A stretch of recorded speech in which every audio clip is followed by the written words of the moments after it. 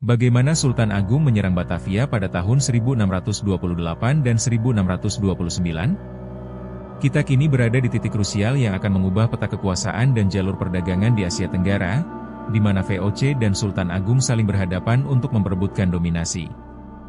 Di awal abad ke-17, Nusantara adalah pusat perdagangan rempah yang sangat bernilai. Berbagai kerajaan dan kekuatan asing berlomba-lomba untuk menguasai jalur ini. Pada saat itu, VOC telah mengokohkan posisinya di Batavia, yang baru saja didirikan oleh Jan Pieter Soenchun setelah menghancurkan Jayakarta. Dengan benteng-benteng kokoh dan armada kapal besar, VOC mengendalikan jalur perdagangan dengan kekuatan mayoritas. Namun, tidak semua pemimpin di Nusantara menerima dominasi VOC secara pasif. Di tempat lain, Kerajaan Mataram yang dipimpin Sultan Agung berambisi untuk mengusir penjajah dari tanah Jawa. Ketegangan ini menciptakan kondisi yang rawan konflik dan meningkatkan harapan untuk meraih kembali dominasi lokal dari cengkeraman kolonial. Ketidakpuasan ini bukan hanya datang dari para pemimpin lokal, tetapi juga dirasakan oleh masyarakat yang ingin melihat perubahan dan kebebasan dari pengaruh asing. Sultan Agung adalah pemimpin yang visioner dan berani. Ia memiliki tujuan untuk memperluas wilayah kekuasaan Mataram dan membebaskan tanah Jawa dari penjajahan kolonial. Dengan dukungan dari para punggawa dan rakyatnya, Sultan Agung mengumpulkan kekuatan untuk melancarkan serangan besar terhadap Batavia. Di sisi lain, VOC, dengan pimpinan Jan Pieter Soenchun, tidak mau kehilangan kontrolnya atas Batavia. Mereka mengandalkan milisi bersenjata dan taktik licik untuk menjaga kekuasaan. Ketegangan antara dua kekuatan ini menciptakan suasana berbahaya di daerah tersebut. Ketika berita tentang mobilisasi pasukan Mataram mulai beredar, rasa saling curiga dan ketakutan menyelimuti kota Batavia, bahkan di kalangan penduduk lokal yang mulai meragukan keberadaan kolonial.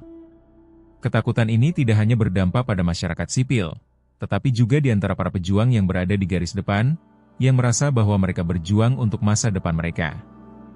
Konflik mulai memanas ketika Mataram melancarkan serangan mendadak pada tahun 1628. Tindakan ini dipicu oleh perasaan frustrasi Sultan Agung terhadap dominasi VOC yang terus-menerus menekan kekuasaan lokal. Dengan harga rempah yang ditetapkan dan berbagai perjanjian yang merugikan, VOC semakin memperlemah posisi mereka. Sultan Agung, yang melihat Batavia sebagai ancaman bagi masa depannya dan kekuasaan kerajaannya, memutuskan untuk bertindak. Keputusan ini adalah momen kunci yang mengubah arah konflik, karena Mataram bukan lagi penguasa pasif yang hanya menunggu. Dalam serangan ini, pasukan Mataram berhasil mengejutkan pihak VOC dan memulai serangkaian serangan yang akan menguji kekuatan kedua sisi di Batavia. Serangan mendadak ini menunjukkan bahwa Mataram siap melakukan segala cara demi meraih kembali kekuasaan dan martabat di tanah mereka sendiri. Setelah serangan awal, konflik meningkat dengan cepat. Masyarakat Batavia dan para tentara VOC merasakan ketegangan yang semakin mendalam, terutama ketika Mataram melanjutkan serangan melalui taktik pengepungan dan penjarahan.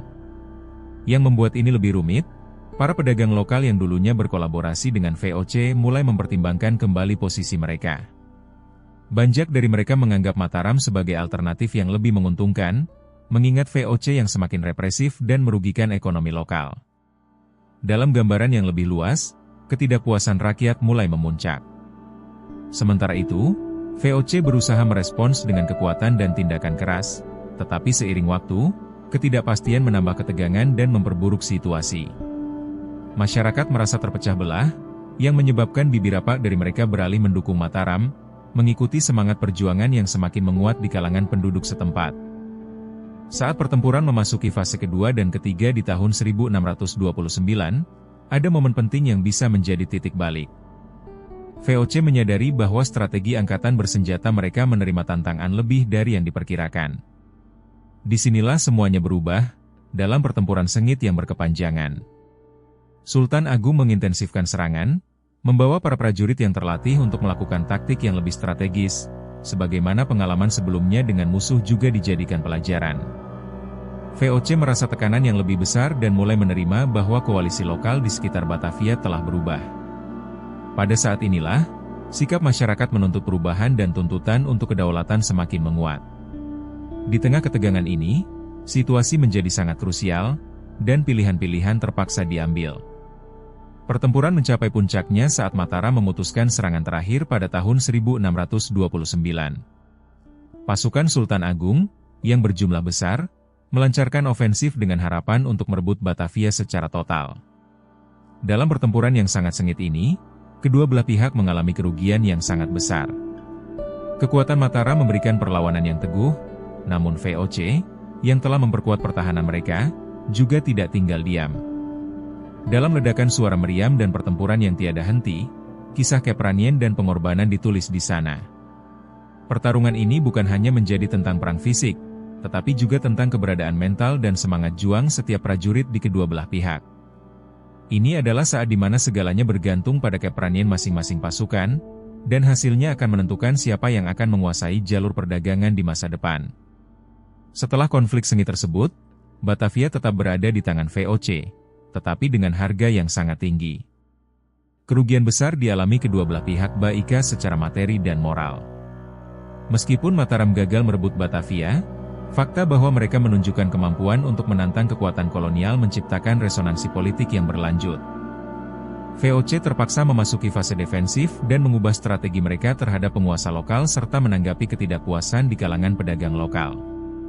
Dalam waktu dan situasi yang tidak menentu, peristiwa-peristiwa tersebut mulai membangkitkan rasa sadar nasionalisme di antara masyarakat lokal. Semua pihak yang terlibat menyadari bahwa pertempuran ini menjadi babak baru dalam sejarah kolonial di Nusantara. Semangat perjuangan yang tumbuh memberikan harapan baru bagi masyarakat akan masa depan yang lebih baik. Cerita ini tidak hanya tentang pertarungan senjata, tetapi juga tentang identitas, kekuasaan, dan perjuangan untuk meraih kebebasan. Warisan dari konflik ini menciptakan kesadaran yang lebih dalam terhadap pentingnya kedaulatan. Banyak sejarawan berpendapat bahwa pasca pertempuran ini, Mataram mulai berkembang sebagai kekuatan yang lebih mandiri. Sedangkan VOC, meskipun masih mengendalikan Batavia, sadar bahwa dominasi mereka mulai dipertanyakan di mata masyarakat. Akibat dari konflik ini telah membentuk pandangan masyarakat tentang pentingnya persatuan dalam menghadapi penindasan. Sekali lagi, kita melihat bagaimana sejumlah peristiwa sejarah bisa membangkitkan kesadaran kolektif dan membentuk identitas masyarakat.